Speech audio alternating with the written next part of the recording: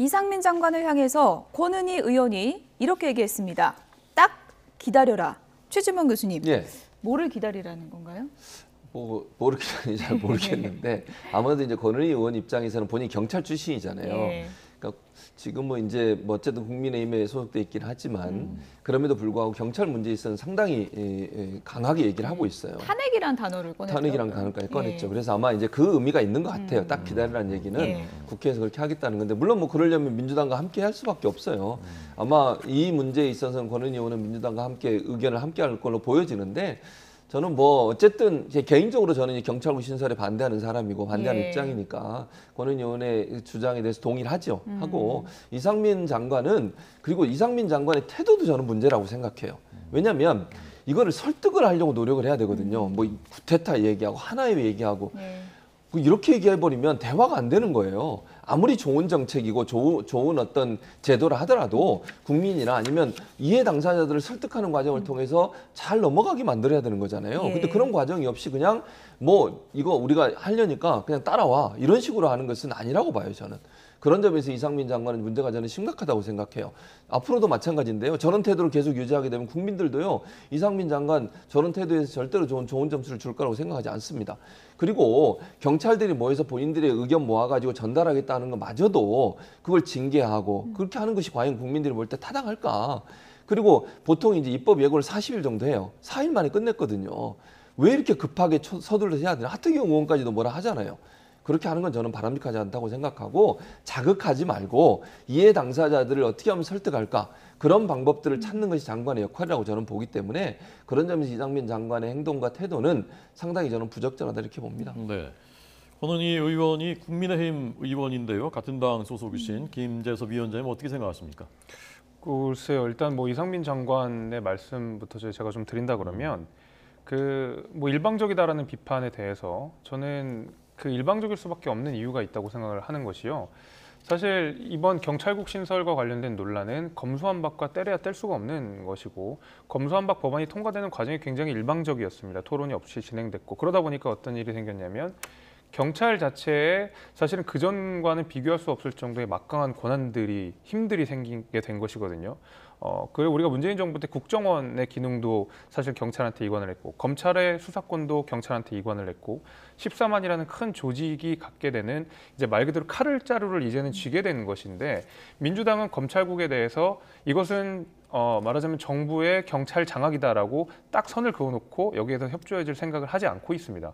당장 경찰은 칼을 쥐게 된 상황인데 우리 입법부에서는 여기에 대한 법안 통과를 안 시켜주겠다고 공공연하게 공포를 해놓은 상황이기 때문에 정부 입장에서는 당연히 급급할 수밖에 없는 것이거든요. 왜냐하면 형사정책이 전부 바뀌어야 되는 상황이고 경찰은 힘을 갖게 된 생각이기 때문에 여기에 대한 견제가 분명히 들어가야 되는 것이거든요. 그러다 보니까 이상민 장관 역시도 마음이 좀 급했던 것 같고 여기에 대해서 당연히 일방적으로 빠르게 추진할 수밖에 없었던 이런 맥락들이 저는 있었다고 생각이 좀 됩니다. 그래서 실제로 만약에 이상민 장관의 발언이 문제가 되고 뭐 이것이 정말 탄핵감이라고 한다 그러면 국회 차원에서 논의할 수 있죠. 근데 논의할 수 있는데 거기에 대한 역풍도 당연히 민주당이 감당을 해야 될 것이고 권은희 의원 역시도 거기에 대해서는 감당을 해야 되는 것이겠죠. 어쨌든 정면 충돌 우려까지 있었지만 경찰들이 지금 14만 전체회 열겠다고 했지만 일단은 취소를 했습니다. 네. 국회에서 입법적으로 좀 논의를 해달라 이렇게 지금 공을 넘긴 상황인데요. 그렇죠. 지금 민주당에서도 뭐 탄핵 얘기까지 나왔지만 어떻게 좀 해결되는 방안을 찾을 수 있는 건가요? 뭐 일단 뭐 그러니까 장관 해임 건의안에 대해서 논의가 될 거라고 생각해요. 그거는 뭐 있을 수 있는 일이라고 생각하고요. 또 하나는 이제 말씀하신 것처럼 이걸 문제는 법적으로 푸는 게 가장 좋다고 저는 생각하거든요. 입법 과정을 통해서. 근데 지금 이제 시행령 정치를 하는 바람에 논란이 되고 있어요. 이게 시행령은 사실 국회에서 안 하더라도 대통령이 할 수 있는 거잖아요. 국무회의에서 시행령, 이번도 지금 시행령 통과시켜서 하는 건데 31년 전에 내무부 아래 있던 치안 본부를 경찰청으로 독립하면서 치안 업무를 행안부, 그 당시에 내무부에서 업무에서 뺐거든요.